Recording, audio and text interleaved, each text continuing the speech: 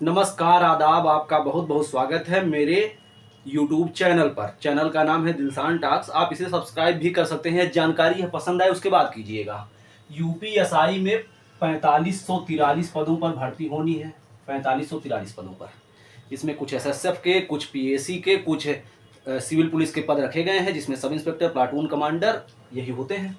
कुछ महिलाओं के लिए स्पेशल रखे गए हैं, तो उतनी सीटों पर महिलाएं ही भर पाएंगी। बाकी इसमें प्रमाण पत्र क्या क्या लगेंगे, कागज क्या क्या लगेंगे आपके, इस वीडियो में यही देखने का हम प्रयास कर रहे हैं। तो आइए जानते हैं जाति प्रमाण पत्र। जाति प्रमाण पत्र भैया, अगर एससी एसटी की जाति है आपकी, आप पुरुष अभ्यर्थी हैं, तो 2015 के बाद, यानी 2015 के बाद 16, 17, 18 कभी का बना हुआ जाति प्रमाण पत्र हो लग जाएगा, क्योंकि इसमें किसी तरह का क्रीमी लेयर वाला मामला तो आता नहीं। अगर आप आज एससी हैं तो 10 साल बाद भी एससी रहेंगे, तो क्रीमी लेयर का कोई मामला है नहीं। तो 2015 के बाद का बना, यानी 16, 17, 18, 19, 20, 21, 22 का बना हुआ, और फार्म भरने के अंतिम दिन से एक दिन पहले तक का बना, अंतिम दिन तक का बना होना चाहिए, निर्गत होना चाहिए। महिलाओं का जाति प्रमाण पत्र, जैसे महिला कोई अगर एससी कैटेगरी की है और किसी जनरल पुरुष से उसने शादी कर लिया, उसे जनरल महिला नहीं माना जाएगा, उसे एससी ही महिला माना जाएगा, और उसके पिता साइड का जाति प्रमाण पत्र लगेगा। इसी तरह कोई अगर जनरल कैटेगरी की महिला है और उसने एससी कैटेगरी के पुरुष से शादी कर लिया है, तो उसे जनरल कैटेगरी की ही महिला माना जाएगा, पिता के साइड का जाति प्रमाण पत्र लगेगा। इतना जान लीजिए। आय प्रमाण पत्र इसमें नहीं लगेगा, तो आय प्रमाण पत्र की कोई जरूरत नहीं है, आपके पास हो न हो कोई मतलब नहीं। बाकी जो बैकवर्ड जाति है, बैकवर्ड जाति का चूंकि क्रीमी लेयर हर साल बदलता रहता है ना, तो 2025 में अप्रैल के बाद, मतलब मई जून जुलाई 2025 का हो अगर जाति प्रमाण पत्र, तभी लगेगा। यह क्रीमी लेयर वाले का बता रहा हूं। और बाकी यही इसी में मामला ईडब्ल्यूएस का भी समझ लीजिए। जैसे ईडब्ल्यूएस का जो आरक्षण चाहते हैं, उनका भी अप्रैल के बाद, 2025 में अप्रैल के बाद ही बना होना चाहिए, यानी अप्रैल मई जून जुलाई अगस्त में बना होना चाहिए। फार्म के अंतिम दिन से एक दिन पहले तक का बना होना चाहिए। यह रहा जाति प्रमाण पत्र। बाकी जनरल का जाति प्रमाण पत्र कोई मतलब नहीं है। आय प्रमाण पत्र किसी का नहीं चाहिए। निवास प्रमाण पत्र किसी का भी 10, 12, 15 के आसपास तो बना होगा। अगर बना है तो उसे काम चल जाएगा, नहीं तो अंतिम दिन से एक दिन पहले तक का निवास प्रमाण पत्र चल जाएगा।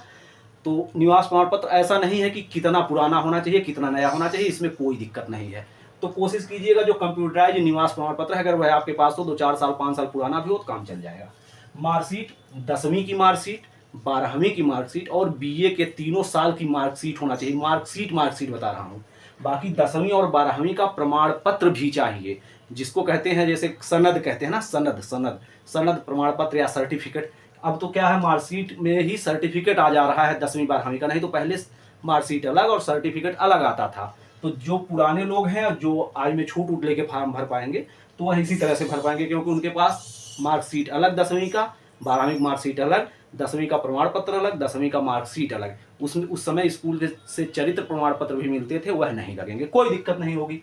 बाकी बीए में जो बच्चे अपीयर हैं या परीक्षा देने वाले, वह फॉर्म नहीं भर पाएंगे। वह अगर फॉर्म भरना चाहते हैं तो एक तरह से मूर्खता कर रहे हैं, यही समझ लीजिए। और यह समझ लीजिए कि बीए में क्या होना चाहिए कि आपका मार्कशीट तो होना ही चाहिए, या तो प्रमाण पत्र होना चाहिए। उसमें लिखा हुआ है कि मार्कशीट अथवा प्रमाण पत्र। तो मार्कशीट अगर 3 साल का है आपके पास, अंतिम तिथि के फॉर्म भरने से पहले, यानी 11 सितंबर से पहले, तो काम हो जाएगा। यह है मार्कशीट।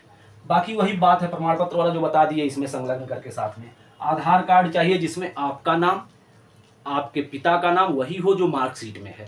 नहीं तो इससे कुछ दिक्कत हो सकती है। हालांकि बड़े पैमाने पर दिक्कत इससे नहीं होगी, क्योंकि कभी कभी जैसे किसी का नाम मान लीजिए कि हिमानी है, तो उस पर बड़ी मात्रा लग गई, या छोटी मात्रा पहले लगनी है, तो उस पर भी बड़ी मात्रा है पे लग गया, तो थोड़ा सा इससे बहुत दिक्कत नहीं हो सकता है।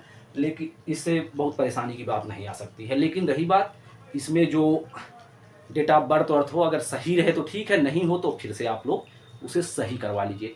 रही बात, बस यही प्रमाण पत्र आपको चाहिए फॉर्म भरने के लिए। हाँ, जो यूपी पुलिस के साथी हैं, मेरे साथी हैं, उनको लेना होगा कप्तान साहब से एक एनओसी की हम फॉर्म डालना चाहते हैं।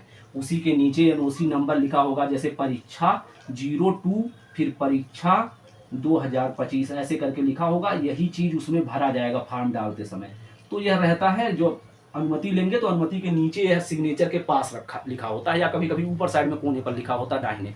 तो ऐसे लड़के हैं 50 लड़के हैं, एक ही कागज जारी हो जाएगा, एक ही अनुमति नंबर सबका रहेगा, उसमें फॉर्म डालते समय स्कैन वह भी हो जाएगा। इसमें ऐसा नहीं है कि उसकी जरूरत नहीं, उसकी भी जरूरत पड़ती है।